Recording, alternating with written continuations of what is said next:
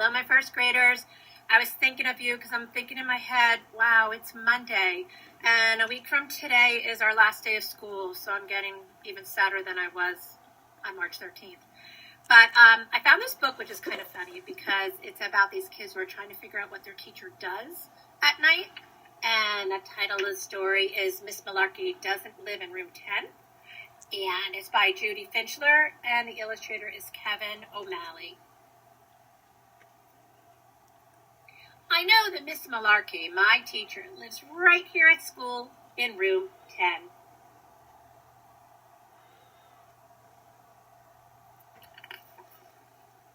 That's where she marks our papers and puts up all the next day's work.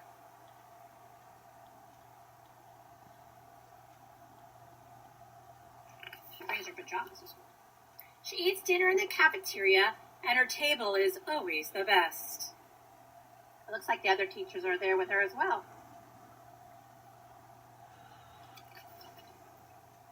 After dinner, she plays in the gym with the other teachers, and she never forgets her gym clothes.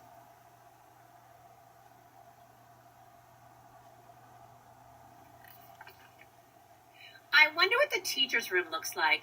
That must be where they all sleep. No wonder kids aren't allowed in there. I'm sure the teachers don't want us to see their messy rooms.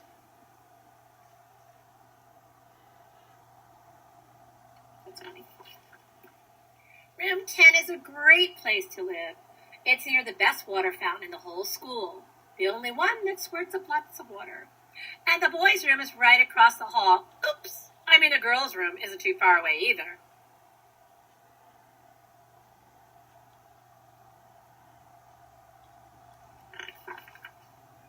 But last week, Miss Malarkey came to our apartment house with a mountain of boxes. Mom says she's going to live here now.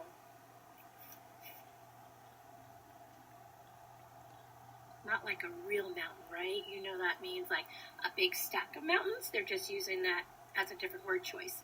A mountain of boxes.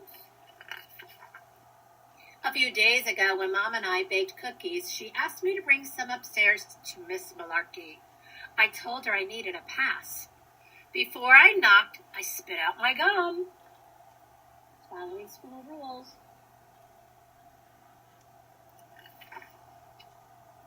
When she opened the door, she gave me a great big hug. Then I saw her feet. Miss Malarkey had on no shoes or socks or even slippers. And I could see the Miss Malarkey's toenails.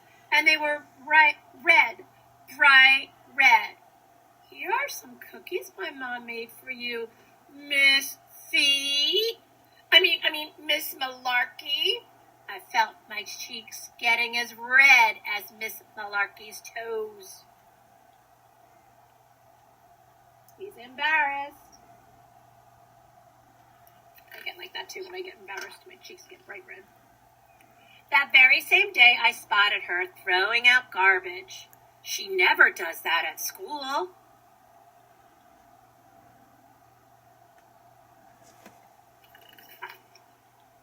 And on Saturday, I saw some people going into Miss Malarkey's apartment. She was having a party, and it wasn't even someone in the class's birthday.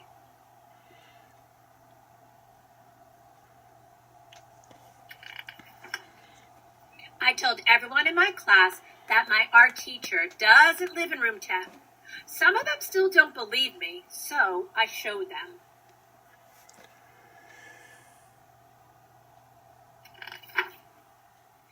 I like having Miss Malarkey live in the same apartment house as me, but I won't see her so much when I go to second grade. Next year, I'll have Miss Boba. Mrs. Boba doesn't live in my building.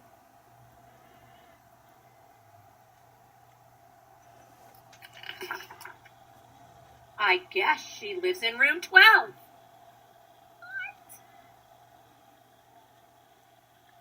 I hope you guys liked that book. No, I don't live in room 134. In fact, you guys know where I live. You came to my house. But I hope you're having a good night. I hope you're having a good week. The weather's beautiful. You're working on your secret gift. And I will talk to you soon. Love and miss you guys. Happy Wednesday. It was good to Zoom with you guys. Sorry my internet went out a little bit. So tomorrow we'll just pick up with whoever didn't get to read. But I'm reading to you right now. If you give a pig a pancake. Now I know the words are backwards, so just kind of look at the pictures. So I like this book because it actually reminds me of me. I'm doing one thing, and then all of a sudden I'm like, oh, I have to put in a load of laundry. And then I go to the laundry, and then I'm like, oh, there's Ella's leash. I think I should take her out. And then I go to Ella's leash, and I take her out, and then I'm thinking, oh, Ella needs a cookie. And then I'm like, oh, yeah, I was baking cookies. So I do the same thing that this author talks about. So if you give a pig a party,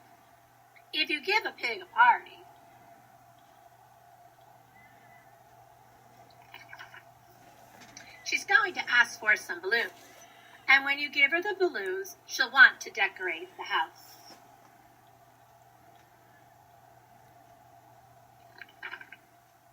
When she's finished, she'll put on her favorite dress. Then she'll call all her friends to invite them to the party. That sounds like fun.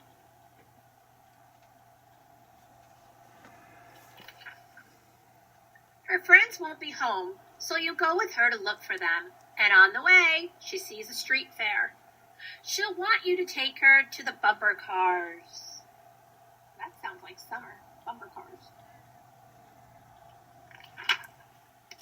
All her friends will be there.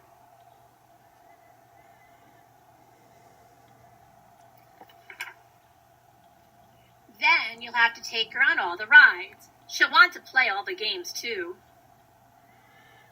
Don't you love doing that on the boardwalk when you can win prizes and then you go on the rides, then you go get some cotton candy? When she's done, she'll ask for some ice cream.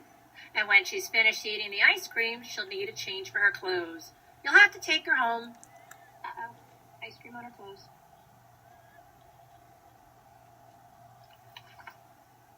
She'll ask her friends to come along, and on the way, she'll start a game of hide and seek.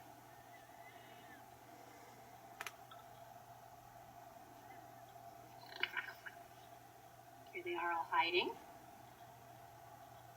Can you find them? They're like all over the place.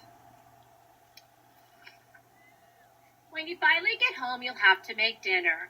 Then she'll want to have a sleepover. You'll have to find pajamas.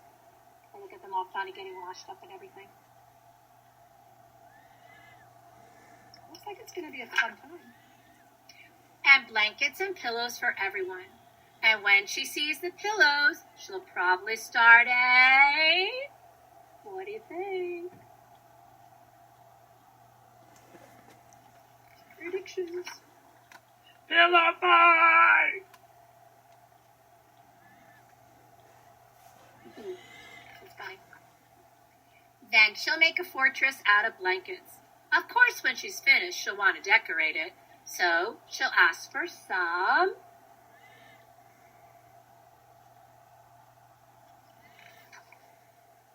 balloons. And chances are, if you give her some balloons,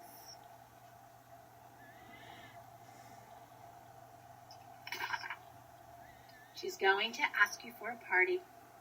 Total circle story. It starts and ends at the same. Kind of cool. I love Laura Numeroff's books because she has like If You Give a Mouse a Muffin, and the mouse. She has a couple different animal stories. They're really cute. You should look them up. But good night, guys. I'll see you tomorrow at Zoom. Mother, miss you. Hello, first grade. How are you? I miss you guys.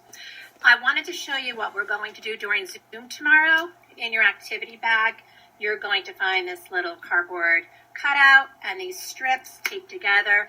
So we're going to work on this with Zoom to go with our culture unit. If you are not doing the Zoom, I'm going to send an email giving you all the directions on how to make your culture doll. The book I wanted to read today is Duck on a Bike. David Shannon is one of my favorite authors. He does the No David books, the one that you guys love.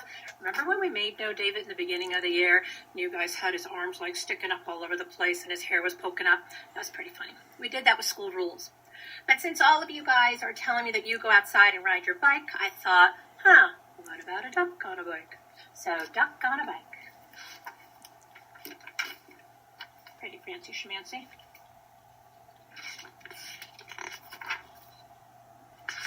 get there. What's going on? Okay, here's your title page.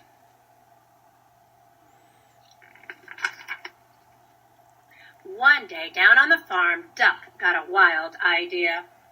I bet I could ride a bike, he thought. He waddled over to where the boy parked his bike, climbed on, and began to ride. At first, he rode very slowly, and he wobbled a bit, but it was fun.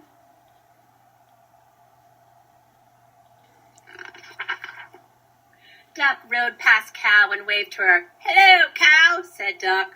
"No," said Cow, but what she thought was, "A duck on a bike? That's the silliest thing I've ever seen."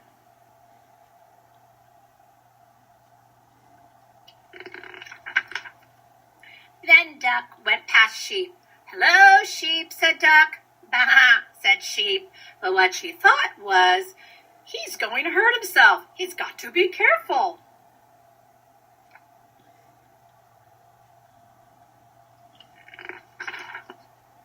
Duck was riding better now, and he rode past Dog. "Hello, Dog," said Duck.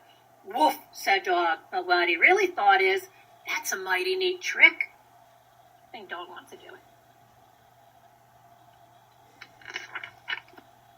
Then Duck rode past Cat. "Hello, Cat," said Duck. "Meow," said Cat, but what she really thought was, "I wouldn't waste my time riding a bike."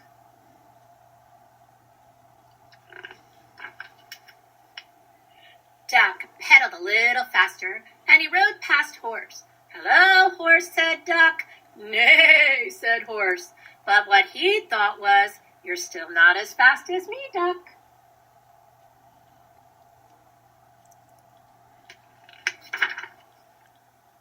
Duck rang his bell as he rode toward Chicken. "Hello, Chicken," said Duck. "Cluck, cluck," said Chicken, but what she really thought was, "Watch where you're going, Duck."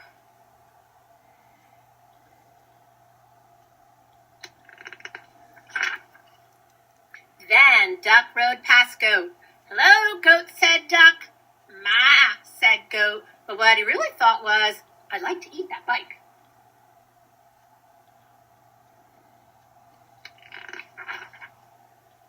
Duck stood on the seat and rode past Pig and Pig. "Hello, Pig," said Duck. "Oink," said Pig and Pig, but what they really thought was, "Duck is such a show-off." I love the illustrations. Then Duck rode no hands past Mouse. "Hello, Mouse," said Duck. "Squeak," said Mouse, but what he really thought was, "I wish I could ride a bike just like Duck."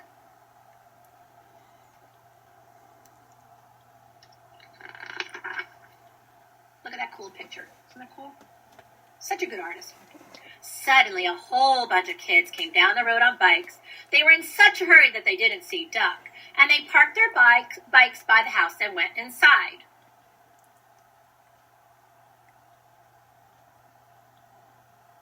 I had to do a double take. I don't even know where Duck is in that picture.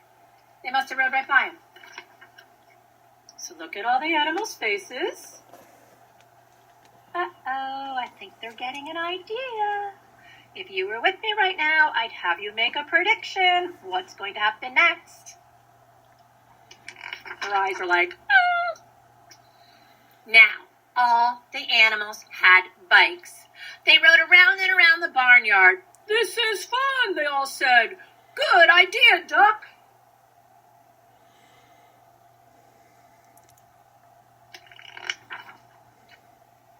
Then they put the bikes back by the house, and no one knew that on that afternoon there had been a cow, a sheep, a dog, a cat, a horse, a chicken, a goat, 2 pigs, a mouse, and a duck on a bike. Look at how the illustrator, David Shannon, made his eyes like, woo-hoo, you'll never know. The end.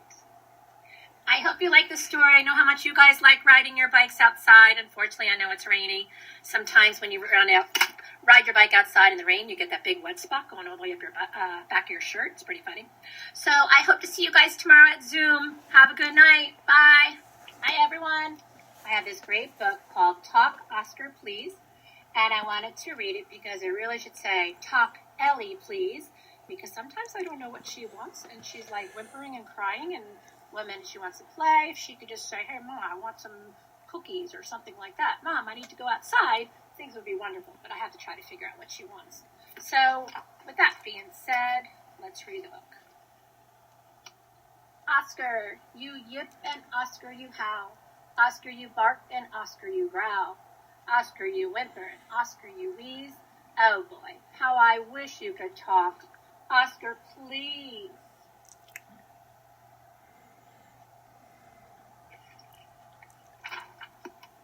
A dog that could talk would be totally cool.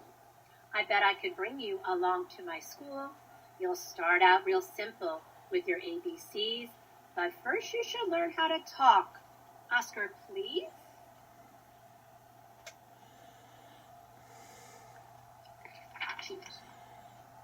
If you could talk, Oscar, you'd coach our new team. When I kick the ball, you'll cheer and I'll scream.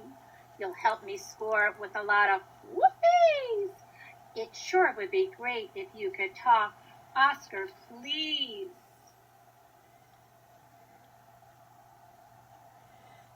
I can hear her crying right now because she's upstairs. On hikes, you could lead us straight up a steep trail and identify bugs as you point with your tail. You'll love the woods, Oscar, so many big trees. So open your mouth and just talk. Oscar, please.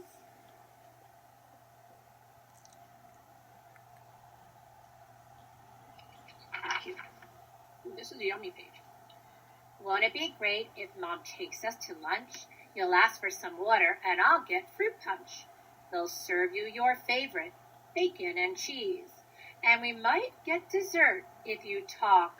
Oscar, please.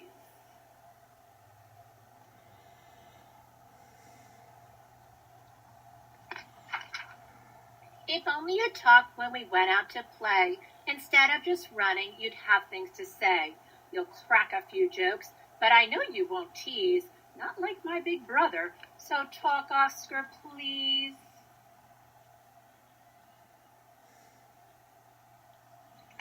Like you're having a great time. Maybe you'll like to be on a quiz show. They'll ask you some questions to see what you know. You'll shout out the answers from A through the Z's. You'll love being famous, so Oscar, please.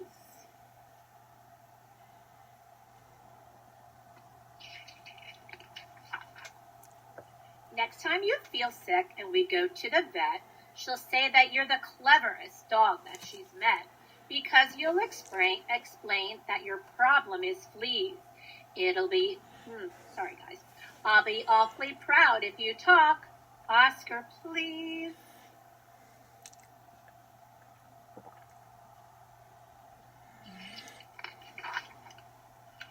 And when I'm at Grandma's and you're all alone, how fun would it be if we talk on the phone?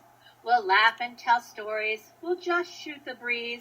We'll go on for hours. Just talk. Oscar, please.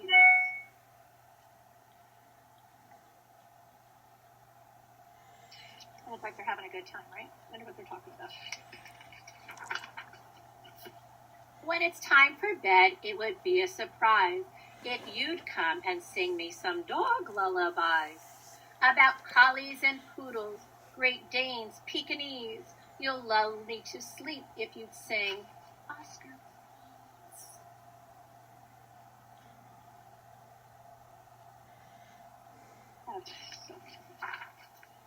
But Oscar, sometimes when we're in my room playing, I feel like I'm already know what you're saying. Some people may laugh and think it's pretend.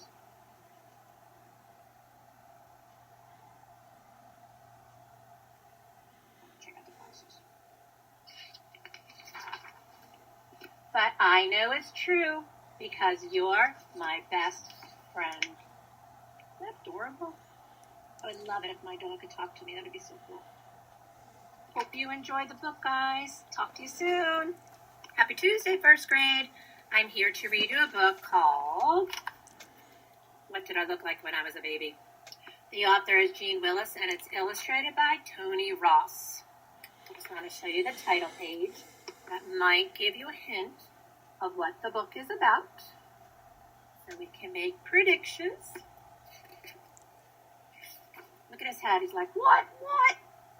Can't figure it out. Mom, said Michael, what did I look like when I was a baby? You look just like your grandpa, she said, smiling, bald and wrinkly.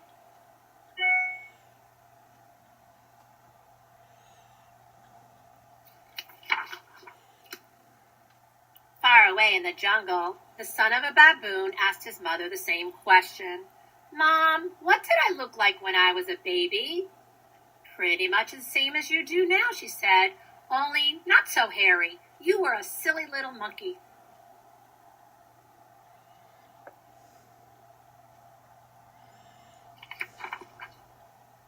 I wonder what I looked like when I was a baby, said the hippopotamus. The same as you do now, only smaller, said his mom. Of course, you weighed a ton even then. They're kind of heavy.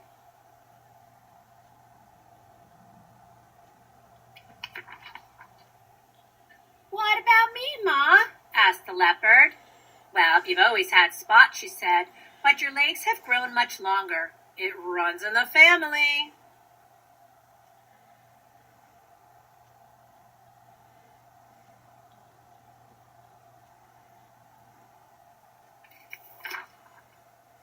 What did I look like when I was a baby? Asked the ostrich.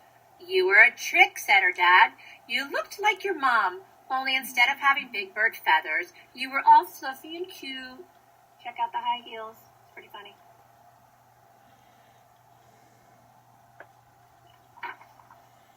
Mom, was I fluffy? Asked the snake. Fluffy? Certainly not, she hissed. You've always had beautiful skin. You were a scaled-down version of me. All those S's.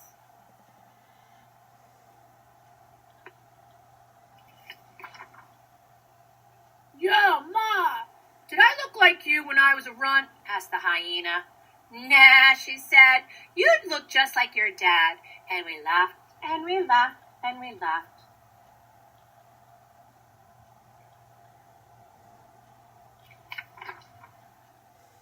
What about me? Asked the warthog. Did I look like Father? Rather, snorted his mom, only he was an enormous boar.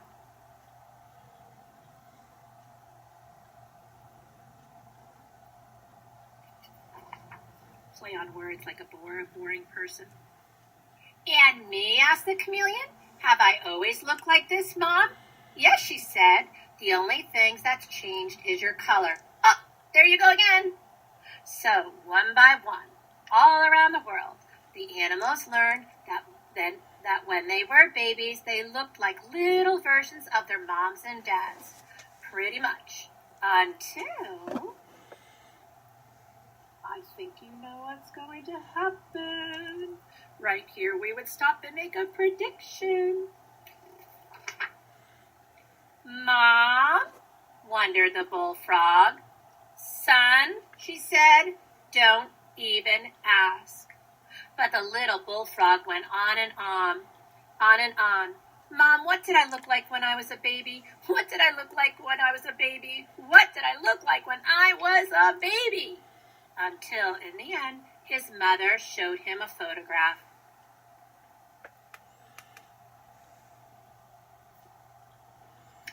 As you guys know. That's what you looked like when you were 3 years old, she said. He stared at the photograph in horror. Me, he said? That's not me. It looks nothing like a frog. Angry and confused, he hid under a stone and decided never to trust his mother again.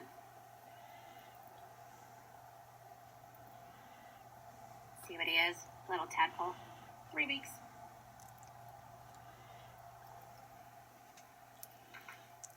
Suddenly, he heard all his brothers and sisters singing. Little bullfrog babies don't look like frogs at all. They're small and black and slimy, and they cannot hop or crawl. A big head, 2 dots for eyes, a mouth just like an O. A tadpole tail that swims behind them everywhere they go. But then they grow to kicking legs, to tiny webby feet, and their two perfect little arms with fingers all complete. Their tails shrink, they take a gulp, and they climb onto a log. And that is how a baby tadpole, what do you think, turns into a frog. When the little bullfrog realized that all the frogs in the world were once tadpoles, he felt much happier. I know what I looked like when I was a baby, he said, smiling. Beautiful, said his mother.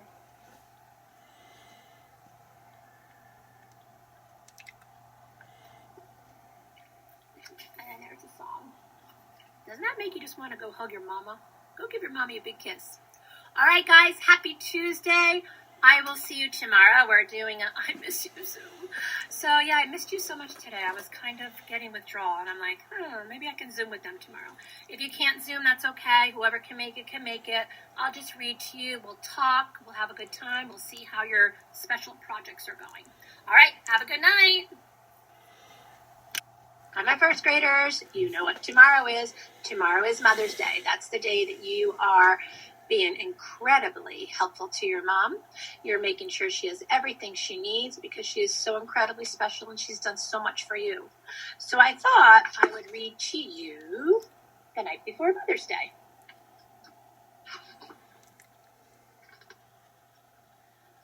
It was the night before Mother's Day when, as quiet as a mouse, Dad told us his plan to get Mom out of the house.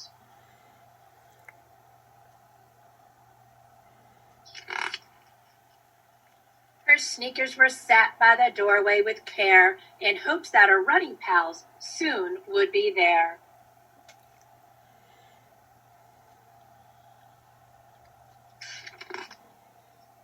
Then out in the yard there arose quite a crowd.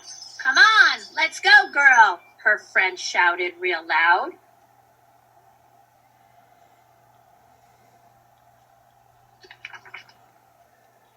So Mom in her sweatsuit and red baseball cap plugged in her earphones and jogged off in a snap.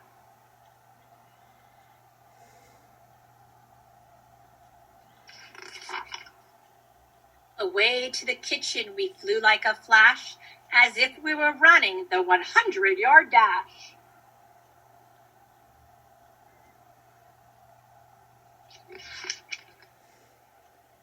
We measured and mixed a delicious cake batter, then blended the frosting. Oops, way too much splatter.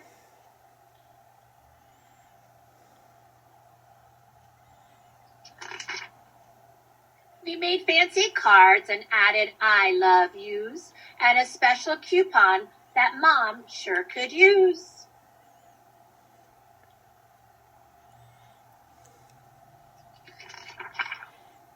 When Mom came home, she saw the mess in the sink.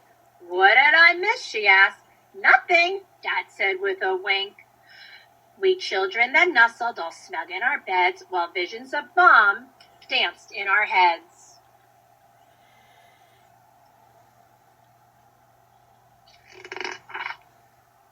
The next morning we presented a giant bouquet.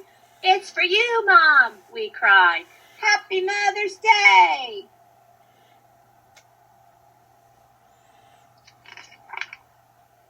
She read both of our cards and, after wiping her eyes, said a private spa session. What a lovely surprise. We took Mom to the kitchen where our spa was set up. Dad served her black coffee in an extra large cup.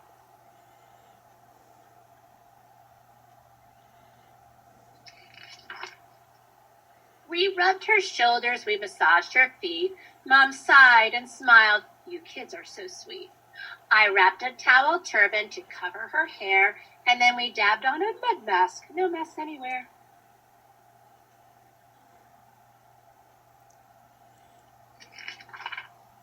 I painted her nails, what glittery fun. A top coat of polish, voila, manicure done.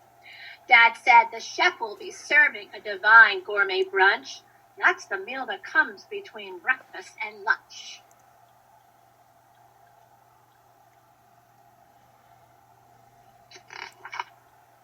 So Mom hurried off to go and get dressed. We took seats at the table, behaving our best, when what to our wondering eye should appear but the perfect model for Mother of the Year. Her eyes, how they sparkled, her brown hair, how curly, her cheeks were like roses, her skirt very twirly.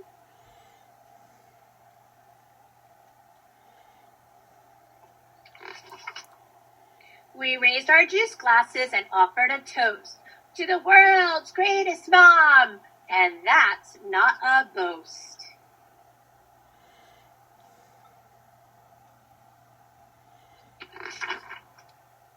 Mom thanked us for everything. It brought her such cheer. She wished it could be Mother's Day every day of the year. I like those books. So come here, come closer. You have to remember to give Mom your present, your secret thing you made. And if you read it to her, that'll be even extra special because then she'll know what a great reader you are. Have a wonderful day with your moms tomorrow, guys. Love and miss you.